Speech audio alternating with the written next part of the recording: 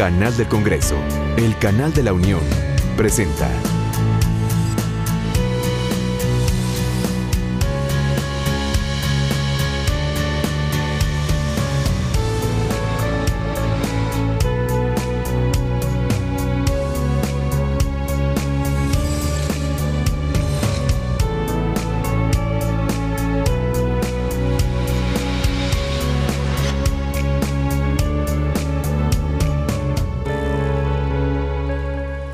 Agradezco que continúe la señal del canal del Congreso y le informo que en estos momentos se está dando inicio la reunión de trabajo de las Comisiones Unidas de Energía y de Estudios Legislativos Primera, con el fin de llevar a cabo el análisis y la discusión del primer proyecto de dictamen relativo a la iniciativa de ley por el que se expide la Ley de Hidrocarburos. Yo lo invito a que le dé seguimiento, ya que en estos momentos darán inicio los posicionamientos, así como la discusión en lo general, la cual comenzó el día de ayer y hoy se le dará continuidad. Lo invito a que nos acompañe.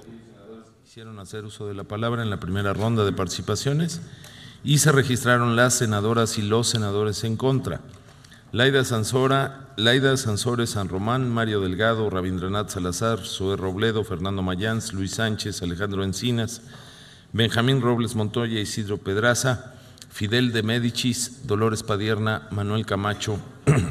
Asimismo se inscribieron a favor los siguientes senadores: Ninfa Salinas, Oscar Román Rosas, Jorge Lavalle Mauri, Miguel Ángel Chico, Ernesto Gándara, Raúl Gracia y David Penchina. En virtud de que faltan por participar en la primera ronda de discusión en lo general del proyecto de dictamen los senadores Fidel de Médicis, Dolores Padierna, Manuel Camacho, Miguel Ángel Chico, Ernesto Gándara y Raúl Gracia y David Penchina. Tiene la palabra el senador Fidel de Médicis hasta por 10 minutos. Sí, senador.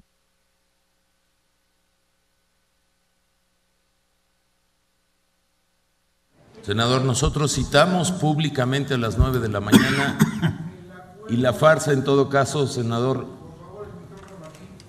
Préndale, senador. Se prende. Ya está prendido. Usted citó a las 9 de la mañana porque se le dio la gana, pero el acuerdo que impusieron es a las 10. Entonces llegan aquí, no hay quórum. ¿De dónde puede usted decir que se puede sesionar sin quórum? ¿Quiere usted que nos pongamos a hablar aquí para que ni siquiera ustedes participen? Esto es una farsa, señor presidente. Aquí no hay nadie. ¿Con qué derecho ponen en marcha si no hay quórum? Ya terminé, creo que es lo suyo. Ya terminé. Estamos en sesión permanente, señor senador. Y si usted lo califica como lo ha hecho, pues en todo caso no atañe a los que estamos aquí presentes puntualmente como se citó. Tiene usted el uso de la palabra, senador de Médicis. Muchas gracias, con su venia, ciudadano presidente. Compañeros senadores, compañeras senadoras, público que nos acompaña. Todo nos queda claro que el petróleo y la electricidad son esenciales para el funcionamiento y desarrollo de nuestra sociedad y del país. Por eso la reforma energética en curso debe ser fruto de la reflexión, el consenso y la responsabilidad para el beneficio y el progreso de todos los mexicanos, no de la precipitación, el capricho o la imposición que solo pueden destruir lo que el pueblo de México ha construido durante generaciones. Reiteramos que en materia de energía el camino puede ser distinto al de una reforma privatizadora que somete al país y a su población a graves riesgos y tensiones, entre los cuales citamos los siguientes y que es necesario que se analicen en la redacción de las leyes que estamos discutiendo y por lo que estamos en contra. Número 1, no garantiza un suministro energético suficiente y una disminución de precios de la electricidad y de las gasolinas. Por el contrario, pretende mantener los gasolinazos hasta el 2019 y eliminará los subsidios al consumo eléctrico, por lo que subirán las tarifas en los próximos años. 2.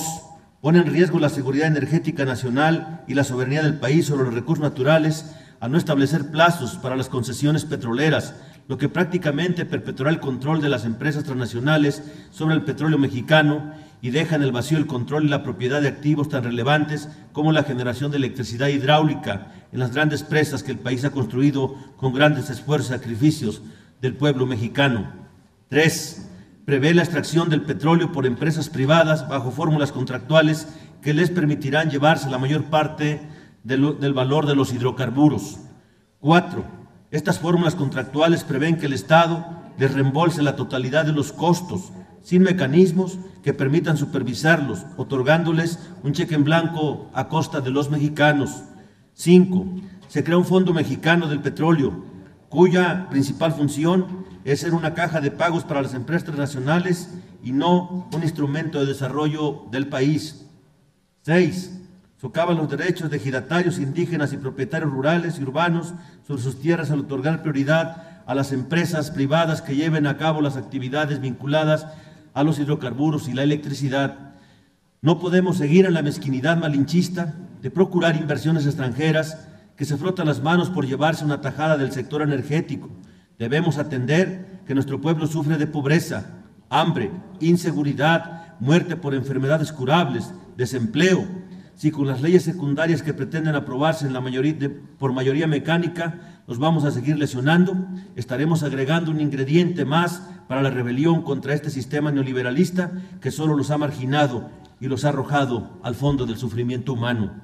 El dictamen que hoy discutimos tiene visos de inconstitucionalidad al no atender que para las comunidades indígenas donde se llega a generar el supuesto de utilidad debe ser debidamente consultada y deben de aprobar a través de mecanismos comprensibles la afirmación de las propuestas.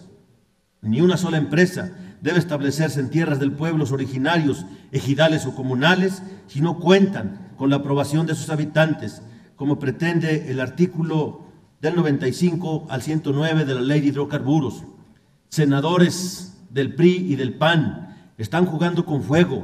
Imponer empresas sin el consenso y la autorización de las comunidades es como patearle las partes nobles al tigre, y hay que enfrentar las consecuencias de estos actos irresponsables, sobre todo en lo que tiene que ver con la gobernabilidad del país. Los pueblos originarios, los ejidos y las comunidades lo han manifestado, no van a cruzarse de brazos ante el inminente atropello del que pretenden ser objetos. 7. Se prevé la contratación de empresas privadas para la comercialización del petróleo mexicano en los mercados internacionales, cobrando una comisión y dejando nuestros canales de venta a merced de los intereses privados. 8. Se establece un requisito del 25% del contenido nacional, pero a nivel de la industria y no por contrato. Se le podrá exigir a Pemex cumplirlo a su totalidad y liberar a sus competidores de esta obligación. 9. Reduce y desmantela innecesariamente a Petróleos Mexicanos y a la Comisión Federal de Electricidad, empresas públicas que han sido pilar del desarrollo industrial del país, que han sostenido el suministro energético de los mexicanos y las finanzas públicas del gobierno desde hace más de 57 años. 10. Deja en manos del mercado servicios públicos esenciales de manera irresponsable, sin organismos de regulación maduros, lo que expondrá la explotación de hidrocarburos y el suministro de electricidad a riesgos irreparables y a vulnerar los derechos de los consumidores. 11.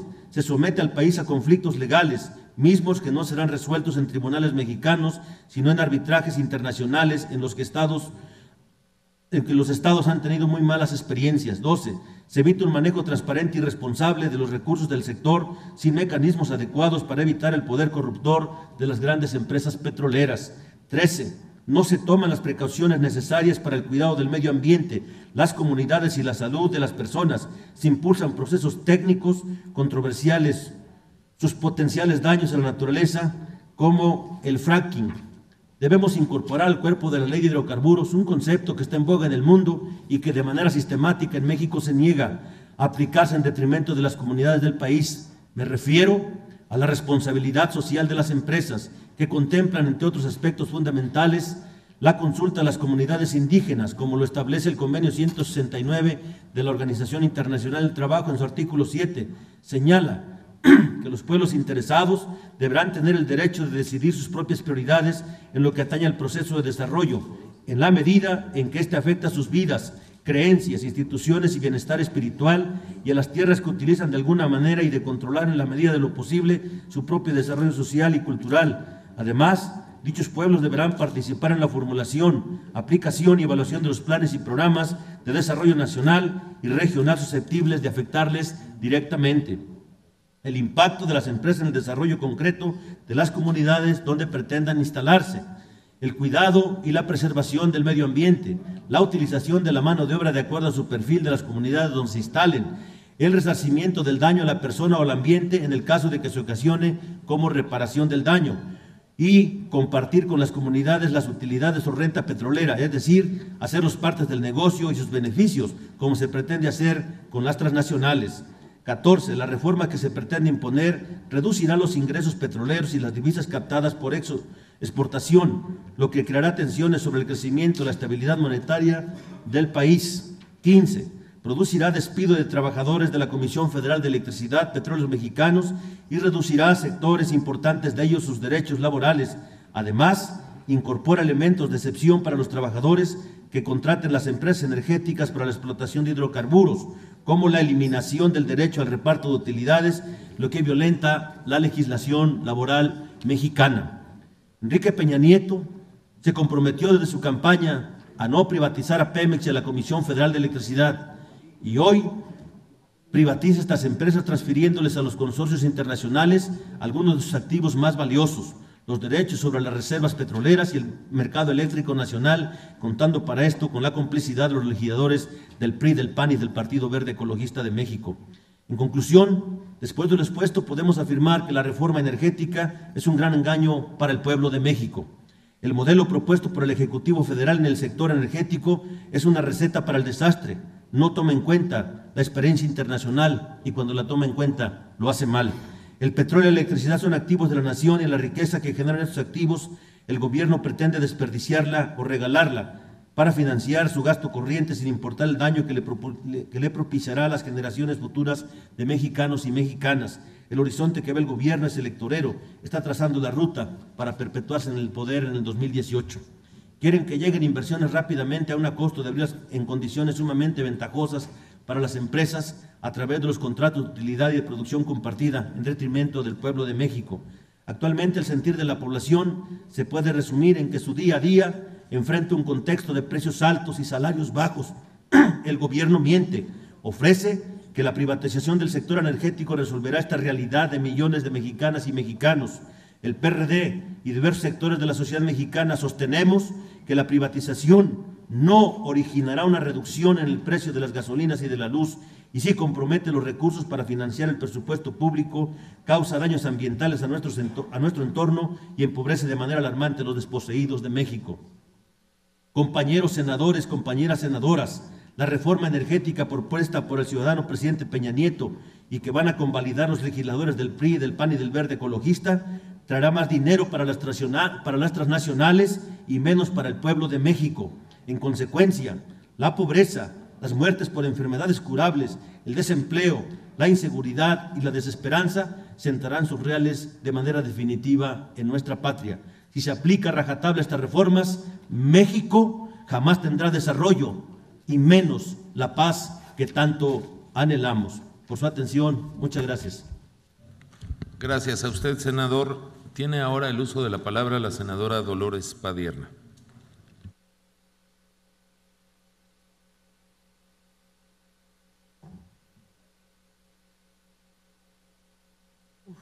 Altísimo. Más. El hecho de que estemos en sesión permanente no exime en el reglamento a que haya quórum en estas sesiones. Sin embargo, quiero hablarle a las ciudadanas y ciudadanos de México. En este paquete de leyes secundarias se quiere hacer creer que son para hacer de Pemex y de CFE las empresas productivas del Estado, pero lo que se busca es exactamente lo contrario, que las dos empresas más productivas del Estado pierdan su productividad, que se hagan chiquitas para que puedan ser desplazadas por las transnacionales. ¿Qué mayor productividad quieren si tan solo Pemex en 2013 facturó 135,000 millones de dólares? ¿Qué mayor productividad quieren si En 2013 Pemex nos dio a nuestro país 1.330.000.000.000 de pesos. Eso es ser improductivo. Por eso van a lo que van, porque a la Comisión Federal de Electricidad, que tiene ventas gigantescas, se le quiere partir en 1000 pedazos que le llaman subsidiarias para impedir que hagan competencia con las transnacionales. Por eso metieron ahora a la COFESE. La COFESE, la Comisión Federal de Competencia, que tiene facultades para evitar los monopolios, para hacer valer la Constitución que prohíbe los monopolios y los oligopolios, ahora solamente se van a ir contra lo que los neoliberales llaman el monopolio de Estado, y no van a tocar a ningún monopolio privado. ¿Cuánto estamos esperando para que los otros servicios que están monopolizados puedan partírsele en sus activos y pueda haber verdadera competencia? Durante el discurso de Enrique Peña Nieto, cuando asumió la presidencia, dijo una y otra vez que Pemex y CFE no serían privatizadas, que ni un fierro ni un tornillo quedarían tocados por los privados. Pero el conjunto de estas iniciativas secundarias presenta una privatización total, no solo de los hidrocarburos, también de los fierros y de los tornillos de nuestras empresas estatales, es decir, de la infraestructura instalada de las empresas energéticas. Y no solo es privatización, sino también es extranjerización de todos nuestros recursos naturales, de nuestros mercados potenciales y nuestras reservas estratégicas. La Ley de Hidrocarburos destaca que en las actividades de exploración y extracción estratégicas se podrán realizar a través de asignaciones y de contratos.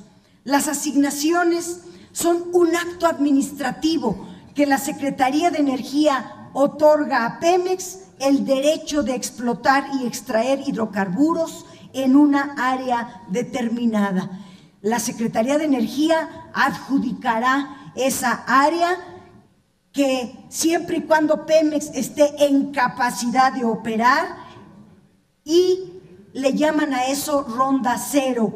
Es el primer paso de la privatización. La ronda cero la explico porque hay muchas confusiones en las cifras. El 31 de marzo, Pemex entregó una solicitud a la CENER para que se le asignaran reservas y recursos prospectivos por un total de 42%, y el 58% restante quedará para los privados, y desglosó las cifras.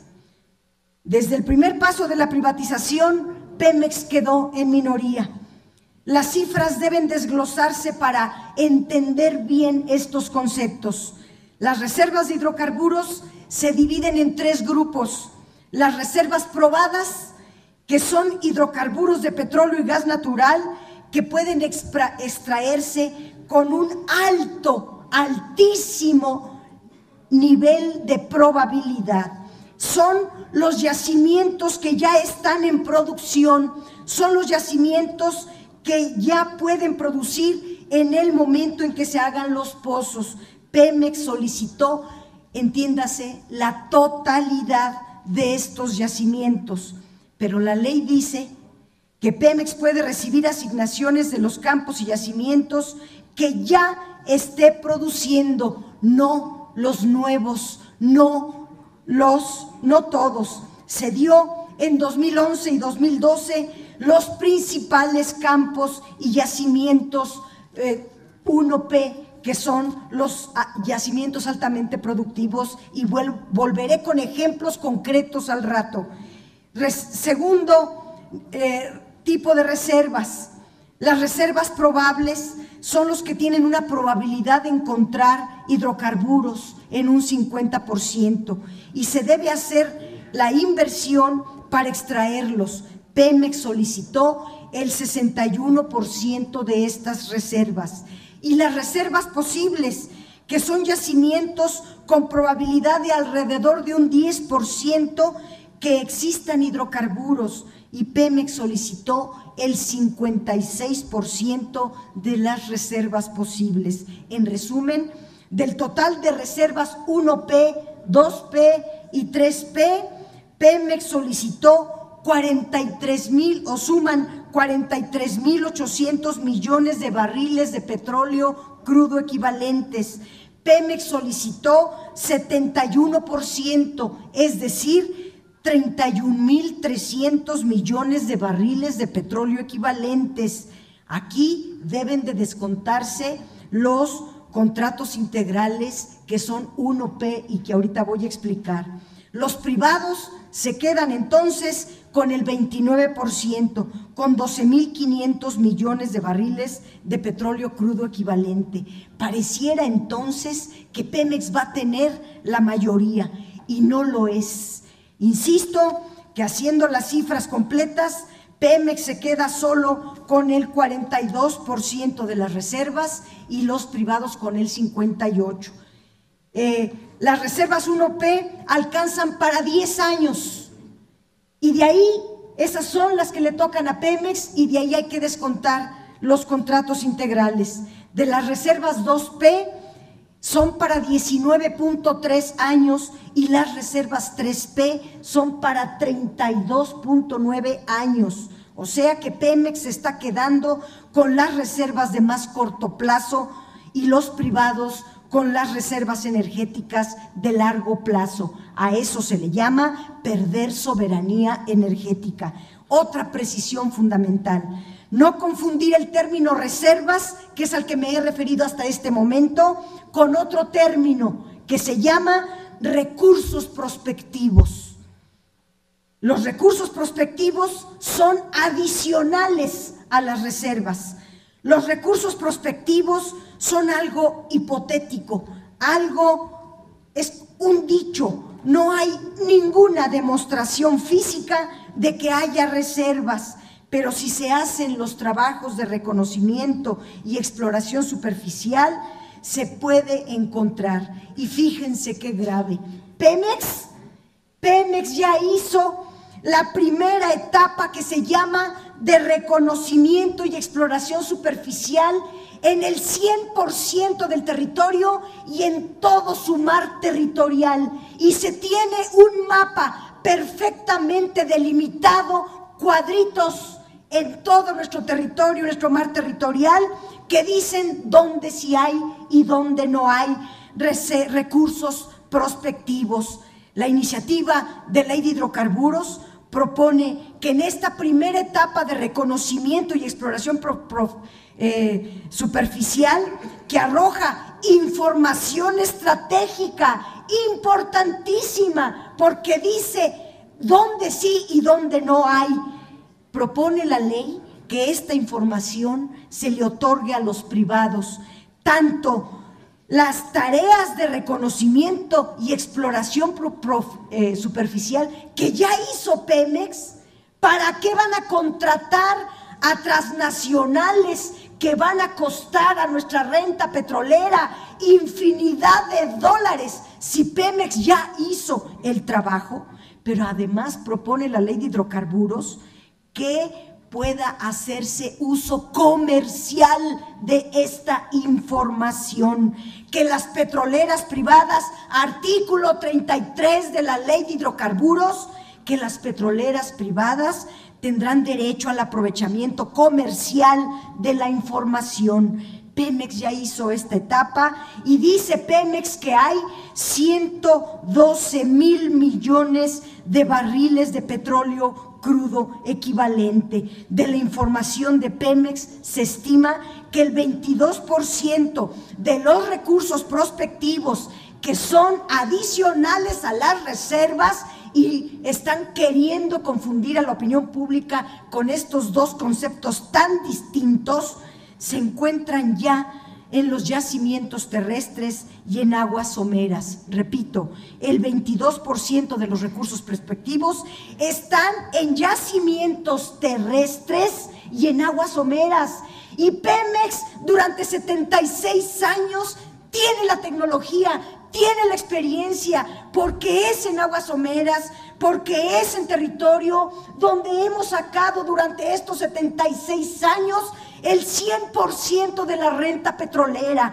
¿Por qué darle estos recursos a las transnacionales? Y un 25% adicional se encuentra en aguas profundas y el 53% en yacimientos no convencionales, es decir, en lutitas. Lean informe de Pemex 2013. Segundo dato, de todos estos recursos, a Pemex solo le están asignando, ya juntando reservas con recursos prospectivos, a Pemex le están asignando el 31%. Y a los privados, de estos recursos prospectivos, a Pemex le están asignando el 31%. Y a los privados el 69% restante, mediante contratos y licitaciones. Si se suman reservas más recursos prospectivos, Pemex tiene 42% y los privados 58%. Ahora bien, para que los recursos prospectivos se conviertan en reservas, depende de la tecnología para extraer hidrocarburos de aguas profundas. Que la producción sea económicamente viable, es decir, que el costo de producción sea menor al precio de venta. Y aquí, ¿qué ha pasado? Tanto en aguas profundas como en el gas shale, como el petróleo shale, como el aceite de lutitas, que son los recursos prospectivos, y qué ha pasado en territorio y en aguas someras con los recursos. Cito ejemplos.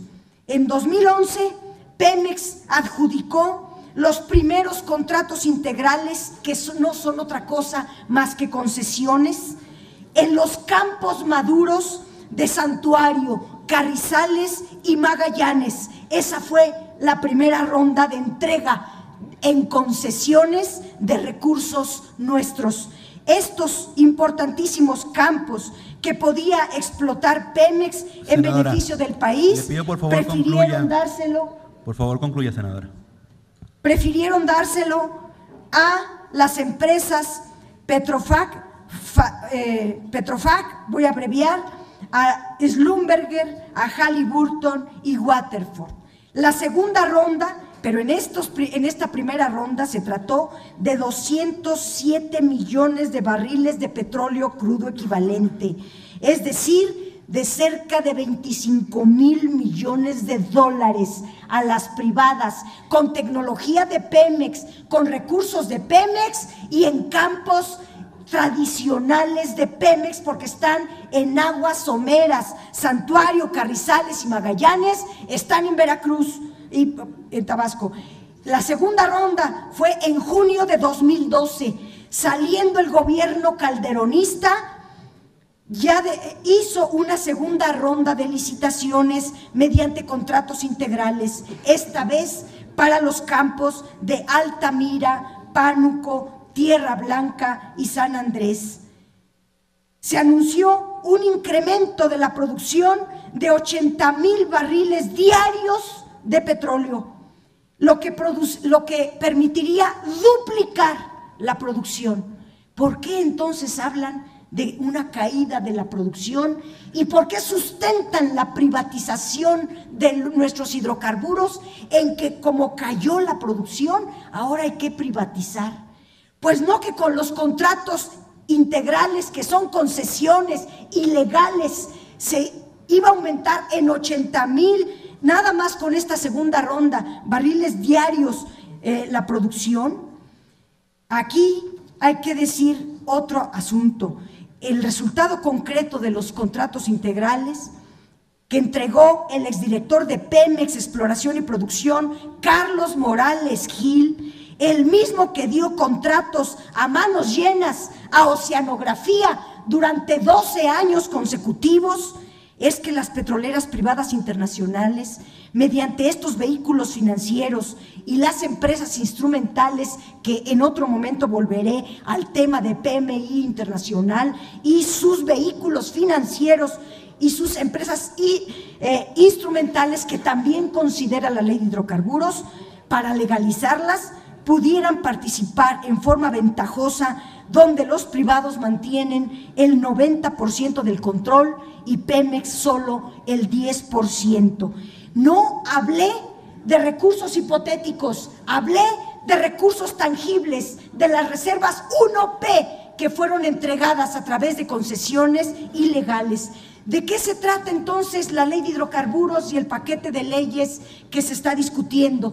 De legalizar lo que los calderonistas, los panistas hicieron, y por eso están tan interesados en que estas cosas no se hablen, no se digan, porque violando la Constitución entregaron 3 rondas de contratos integrales que son concesiones prohibidas todavía ahorita en nuestra Constitución, porque no se permiten las concesiones en la Constitución. La tercera ronda fue en Chicontepec, otro esquema de privatización. Se calcula que en Chicontepec hay reservas posibles de 17,000 millones de barriles. Ya sé que usted quiere que me calle, que no quiere que se hable de estas cosas. Senadora, ¿me permite un momento, por favor? Lo que yo le quiero decir es que ¿me permite un momento, por favor? Ustedes por favor, quieren que se oculten los fracasos del gobierno Senadora, calderonista. Haga atención a la presidencia. No me interrumpa, ¿Me permite la palabra? No me interrumpa. No estoy interrumpiendo, estoy solicitándole. 23,400 millones de dólares 8 minutos en exceso del tiempo. Estamos siendo generosos con el tiempo, pero por favor, concluya. Sin embargo, se ocultan los fracasos y los excesos excesivos que ahora quieren legalizar y que ahora los priistas van a capitalizar. En Chicontepec, 12,000 pozos que costaron $1,500,000 cada pozo, es decir, 18,000 millones de dólares puestos por Pemex, más los costos de operación que fueron 5,400 millones de dólares, en síntesis, 23,400 millones de dólares puestos por Pemex para las compañías privadas, principalmente extranjeras, exploten las reservas en Chicontepec mediante contratos integrales que se llamó la tercera ronda. Actualmente está en marcha otra ronda más de autorizaciones, todas dadas por el actual Consejo de Administración de Pemex, y se trata de 6 áreas de reservas 3P que equivalen a 2,000 millones de barriles de petróleo crudo equivalente. Ello representa el 15% del total de las reservas de Chicontepec, cuya licitación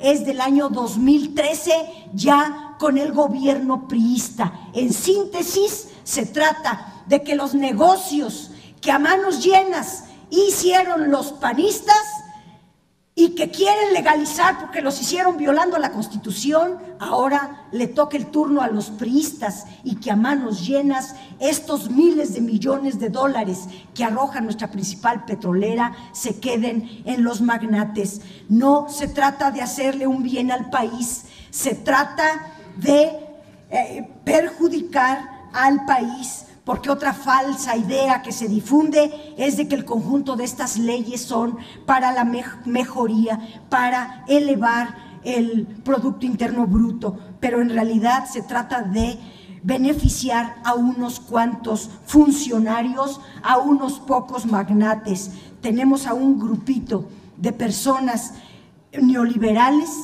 en el poder que se han venido adueñando de nuestras mayores riquezas, y esta vez se trata de la venta total de México.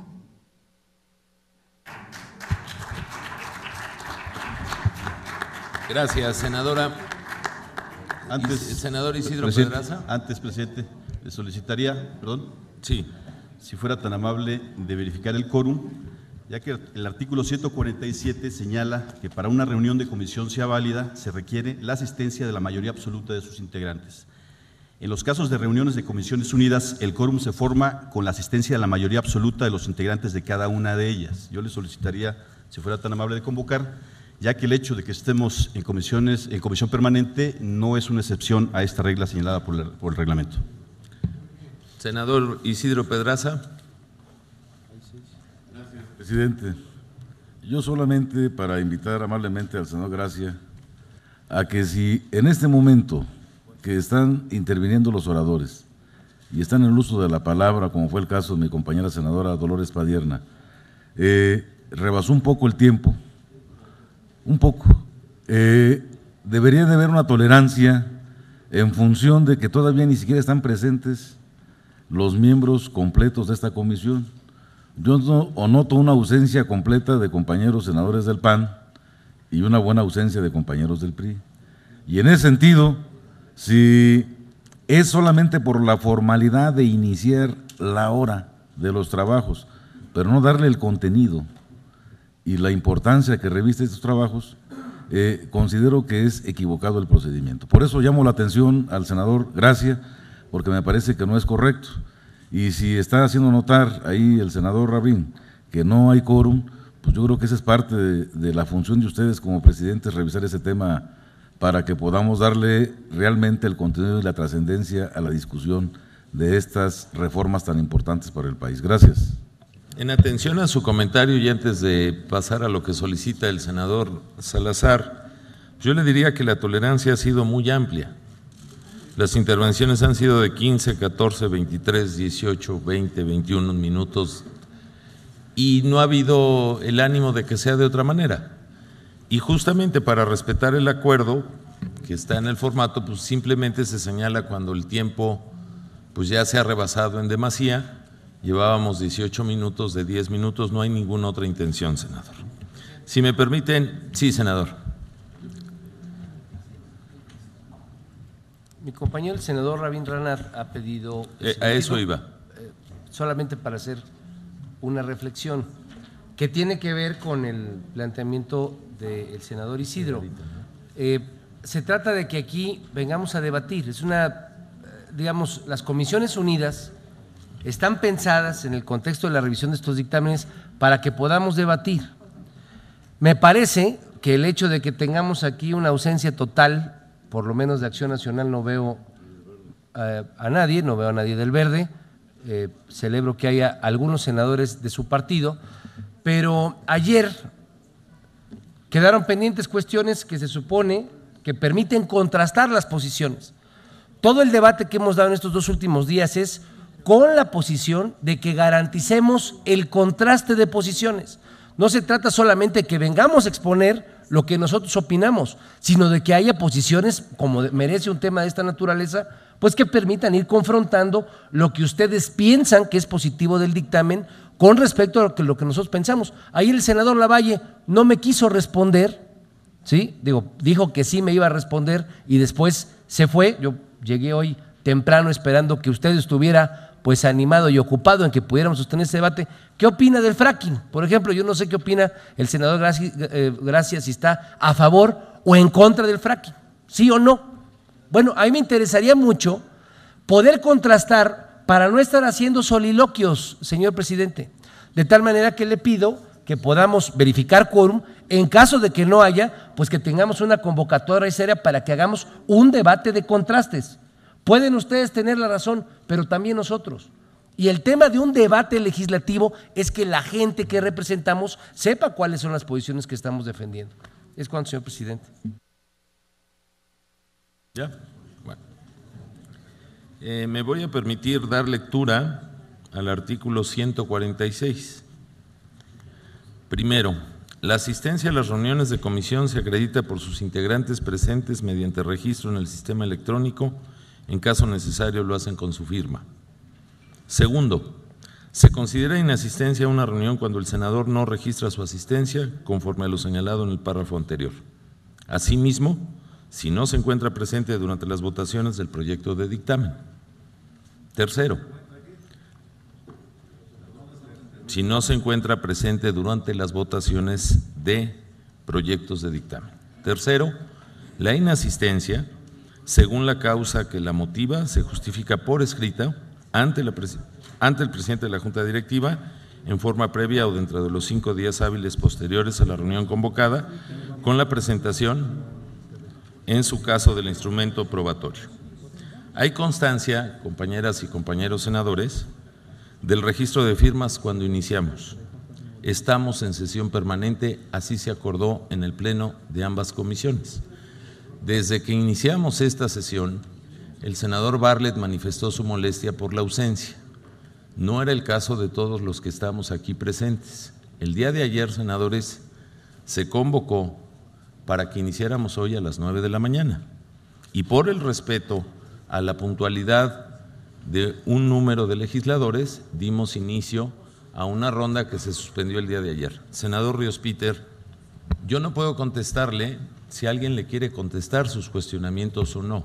Me parece que está en su derecho usted de preguntarlos y plantearlos, pero también los legisladores están en su derecho de contestarle o no. Esa es una circunstancia y mucho menos si a quien usted acaba de aludir no se encuentra presente. Senador Bartlett, creo que quiere hablar. Señor presidente, es evidente que ustedes no respetan nada. No respetan la Constitución, los reglamentos, nada. Usted inició esta sesión de una manera ridícula y le dije que era una farsa, que estuviéramos 3 senadores. Y usted cambió además, por eso le digo que no respeta usted nada, y los que lo apoyan y sostienen para que esté usted en esta actitud soberbia. La cita era a las 10 y usted se le dio la gana cambiarla a usted solito. Se le dio la gana ayer decir que iba a ser a las 9 cuando es a las 10 el acuerdo que ustedes impusieron. Así es que yo diría y les comento a mis compañeros senadores que estamos en contra de estas actitudes, que sigamos adelante. Van a seguirlo violando todo el tiempo. Van a seguir en esa actitud gangsteril e inaceptable. Entonces yo digo, ya no tiene caso discutir, que no se nos podemos pasar otra vez otros 2 días para que terminando todo vuelva a imponerlo. Así es que siga usted, señor presidente, apoyado por todos estos ilegales senadores. Vamos a terminar, sigamos adelante, vamos a ver quiénes participan, porque no tiene caso seguir discutiendo con alguien que no respeta la ley, la Constitución, la razón ni la decencia. Muchas gracias. Senador Ríos Peter. Sí, presidente, yo no intento que usted responda por otro senador. Yo estoy ilustrando un ejemplo que ocurrió el día de ayer y que tiene que ver con lo que me parece que es el espíritu de la comisión que usted preside hoy. Usted está presidiendo una comisión que está convocada no solamente para compartirle a la sociedad un trámite de formalidad, de que estemos aquí sentados, escuchándonos. Se trata de venir a debatir para construir un dictamen. Seguramente ustedes se sienten cómodos porque tienen la mayoría y lo habrán de votar. Pero hemos insistido en que este debate requiere de contraste frente a la sociedad. Precisamente por eso, primero que nada, estoy ofreciendo una ilustración. Claro, no espero tampoco que el senador Gracia me vaya a responder, pero pues obviamente lo pongo en representación de un senador de su partido que no está. Yo le quisiera pedir, yo no comparto con mi compañero Manuel Bartlett, creo que hay que apegarnos a lo que señala el reglamento. Usted acaba de leer una serie de precisiones respecto a que hay firmas. Yo quisiera que usted me dijera en qué soporta, ¿no? En qué fundamento del reglamento soporta que no se puede verificar quórum. Porque lo que usted está diciendo es pues que podría haber una ausencia total, usted estar sentado solamente frente a la Cámara leyendo hojas y entonces que tendría la misma validez. Por el contrario, me parece que la mínima racionalidad de lo que significa que una comisión esté trabajando, pues es que esté establecida de manera plena, no solamente con firmas, sino que la gente esté asistiendo. Entonces, mi pregunta es concreta. ¿En qué fundamenta usted que no se pueda verificar quórum aun cuando se esté en comisión permanente? Gracias, senador. Me han solicitado el uso de la palabra el senador Isidro Pedraza, el senador Alejandro Encinas y el senador Rabindranath Salazar. Y su servidor, senador Penchinat. Senador Pedraza. Gracias, señor presidente. Mire, a mí me preocupó mucho la última parte de la argumentación del senador Bartlett en términos de que este es un bandidaje y que se está trabajando con una completa discusión a violar los reglamentos. Yo creo que una de las cuestiones que hemos procurado y que debe de quedar muy clara y establecida en este Senado es que tenemos que ajustarnos a las normas, los que vamos a generar una norma de carácter jurídico, y que esto no puede sentar un precedente en esos términos. Muy grave que tengamos que dar constancia de ese tipo de violaciones. La preocupación nuestra no está solamente en desahogar lo que tenemos que proponer, en este caso particularmente los grupos parlamentarios del PT y del PRD, sino tiene que ver con que en realidad se dé un debate en términos de los enfoques que tenemos acerca de lo que significa esta reforma energética. Por eso llama la preocupación la ausencia de compañeros senadores del grupo parlamentario del PAN y del PRI que hoy notoriamente no están haciendo quórum. Esa es la parte que a mí me preocupa y que de esa manera yo solicito que haga usted una excitativa a los grupos parlamentarios de las comisiones que están aquí para que se integren y que si en este sentido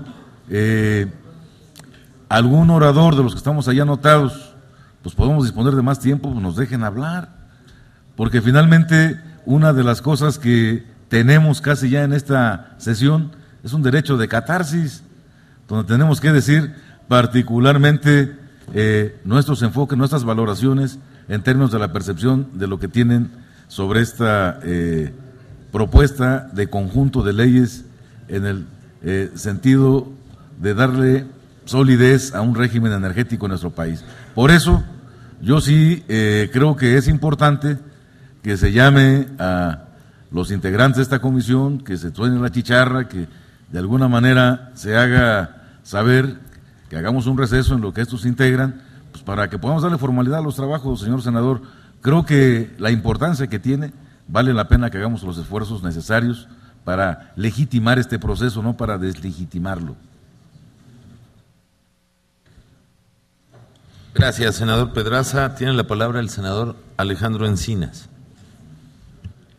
Sí, con todo respeto. Bueno, hemos pasado 2 días destinando una gran cantidad de nuestro tiempo en la discusión de procedimientos y de temas reglamentarios. Ya se tomó una decisión que nosotros no compartimos. Hoy consideramos viola flagrantemente la ley orgánica del Congreso y el reglamento. Y estamos, lo decía ayer el senador Bartlett, aquí bajo protesta, pero manifestando y dando a conocer nuestras opiniones. Yo creo que si tanta preocupación les da el apego al tiempo, pues entonces apeguémonos plenamente al reglamento. Pero si ni siquiera por el quórum o para el debate hay presencia de otros legisladores, que además en muchos casos, como el caso del señor José Luis Preciado, pues no tiene ningún sentido que esté presente porque pues no tiene ni ideas ni argumentos que presentar. Él dice que está en una mesa paralela, no de negociación, sino en una mesa de negocios, pues allá él. Pero nosotros, aunque sea un soliloquio, vamos a estar cumpliendo con nuestra responsabilidad y a fijar nuestras posiciones. Que quede claro, podrá el PAN ausentarse y tener aquí un representante cubriendo el expediente, qué bueno que hay senadores del PRI, y esperemos que haya debate. Si no lo hay, pues ni modo, vamos a seguir aquí y en el Pleno planteando todas y cada una de estas posiciones, porque sabemos que ni los vamos a convencer, ni vamos a ganar la votación, pero sí queremos que quien nos sigue en el canal del Congreso, la opinión pública, conozca de qué se trata este negocio y que al mismo tiempo conozca y diferencie las posiciones que existen dentro del Senado de la República. El senador Salazar. Presidente, nuevamente para solicitarle amablemente puedan verificar el quórum legal. Y es muy claro, una cosa es lo que leíste, senador, respecto de las firmas, y otra cosa es el quórum. Voy a repetir el artículo 147. Para que una reunión de comisión sea válida, se requiere la asistencia de la mayoría absoluta de sus integrantes. En los casos de reuniones de comisiones unidas, el quórum se forma con la asistencia de la mayoría absoluta de los integrantes de cada una de ellas. El hecho de que no estén presentes legisladores del PAN o integrantes también del PRI evita la posibilidad de que se puedan ir dando los debates respectivos. El día de ayer se quedaron pendientes varias preguntas al senador Lavalle, y el hecho de que no esté aquí pues impide la posibilidad de que se dé este debate. Yo le solicito nuevamente se verifique el quórum legal para poder seguir con la reunión. Gracias, senador. El senador Barbosa. Ahí está. Sí, presidente. A ver, parece que ya hay un ánimo de que todos entremos a debatir los contenidos y estamos desde ayer hablando de ello. La discusión en lo general. No la obstruya, presidente, queriendo violar el procedimiento. Es al revés de cómo se puede plantear desde el lado de ustedes. Una sesión permanente es cuando se instala la misma para poder ser citada en cualquier momento, ya sin previa convocatoria. Esa es la sesión permanente, la que una vez citada por los asuntos que se van a tratar ya no requieren previa convocatoria para volver a instalarse. Esa es la sesión permanente. Todas las sesiones, las ordinarias, las que empiezan y terminan en la fecha citada o las permanentes, en todas ellas deben de sesionar con el quórum, por favor.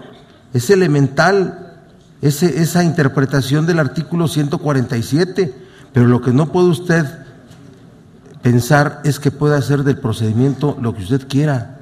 Eso no puede ser, presidente, porque esa es obstrucción legislativa. Y yo lo invito, que si ya hay quórum, no pasa nada, adelante, ya hay quórum y se sigue la discusión. Pero no podemos pensar que usted decide el procedimiento y que un comportamiento y aspectos de me vale la ley, me vale porque con mi mayoría la voy salvando, podamos nosotros admitir este trato, presidente, por favor. De verdad, es elemental.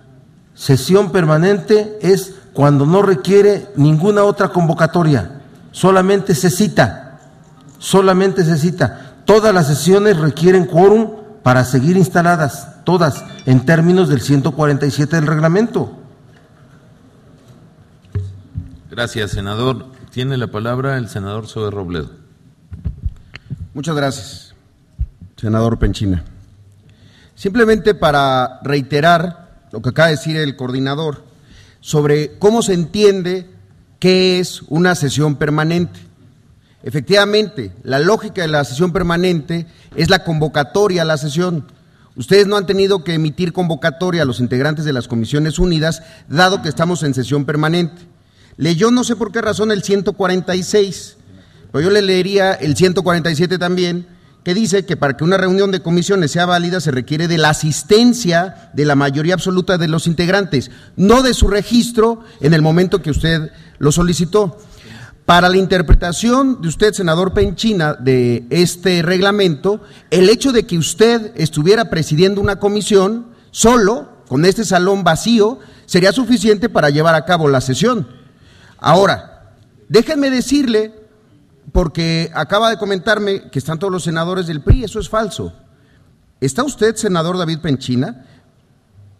No está el senador Salvador Vega, está el senador Rabindranath, no está el senador Carlos Romero, está el senador Óscar Román Rosas, está el senador Ernesto Gándara, no está el senador Ascensión Orihuela, está el senador Héctor Yunes, no está el senador Francisco Domínguez, no está el senador Jorge Luis Lavalle Mauri, no está el senador Francisco García Cabeza de Vaca, no está efectivamente el senador Fernando Mayans ni el senador Adán Augusto, no está la senadora Ninfa Salinas, está el senador Manuel Bartlett, está el senador Raúl Gracia, está el senador Miguel Ángel Chico, está su servidor, no está el senador Burgos, ni está la senadora Sonia Mendoza Díaz. Hay 9 de 20, pero en la Comisión de Energía hay solamente 6 de 15. No podemos llevar a cabo esta sesión. Ahora, déjeme decirle una cosa adicional, para que estemos claros, ¿cuándo va a usar usted el reglamento y cuándo va a usar sus acuerdos? Porque modificó el horario que se habían votado ustedes para llevar a cabo estas sesiones ya en 2 ocasiones. Habían votado que las sesiones serían a partir de las 11 de la mañana. Ayer citó a las 10, hoy citó a las 9. Si quiere, cítenos mañana a las 8 y pasado a las 7. Pero hágalo conforme a su propio reglamento, por favor. Sean respetuosos de lo que firman y de lo que proponen.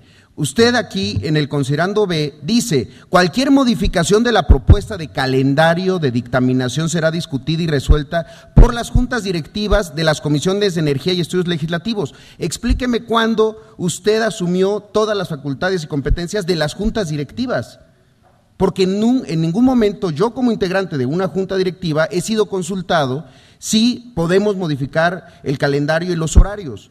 Entonces, senador, esto no se trata de utilizar el reglamento para generar una mayoría virtual, porque firmaron, y como firmaron, su firma avala y acredita su presencia y su participación en este debate.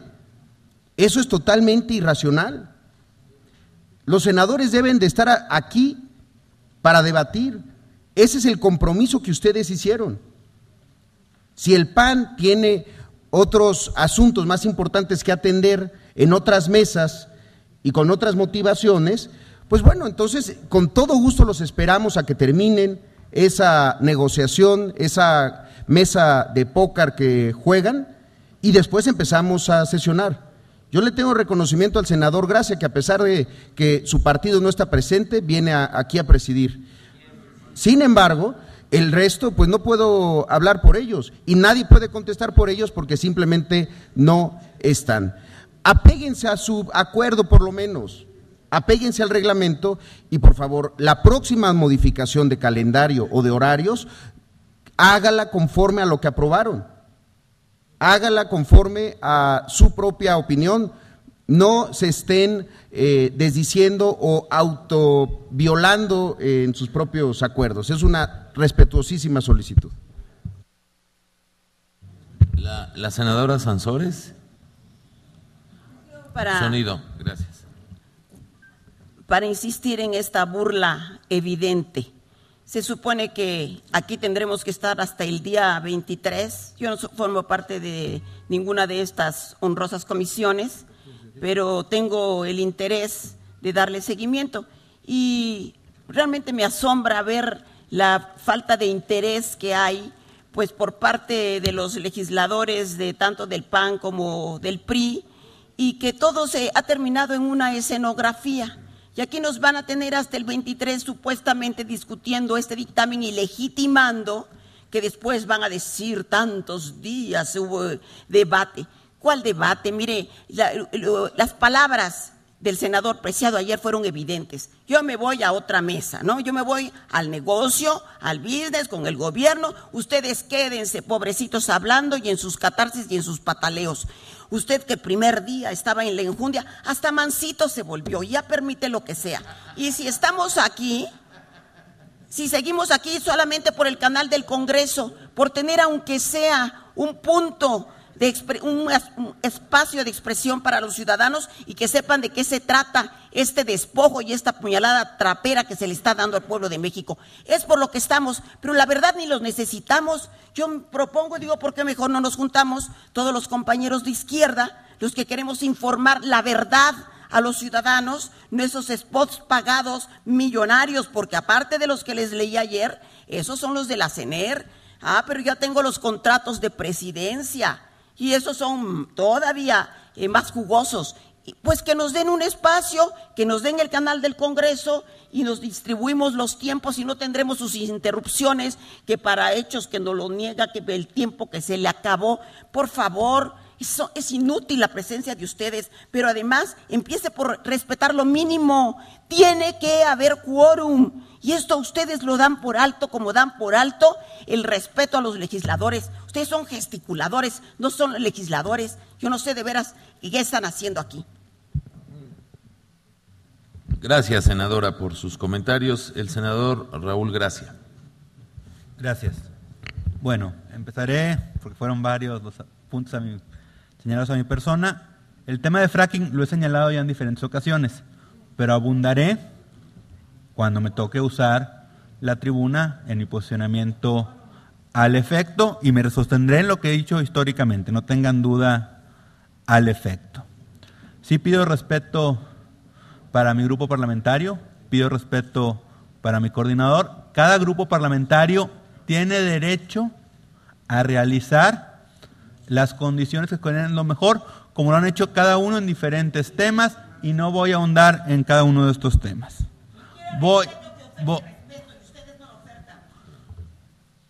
Senadora, hemos escuchado con atención la posición de cada quien. Yo le rogaría que permitiéramos que el senador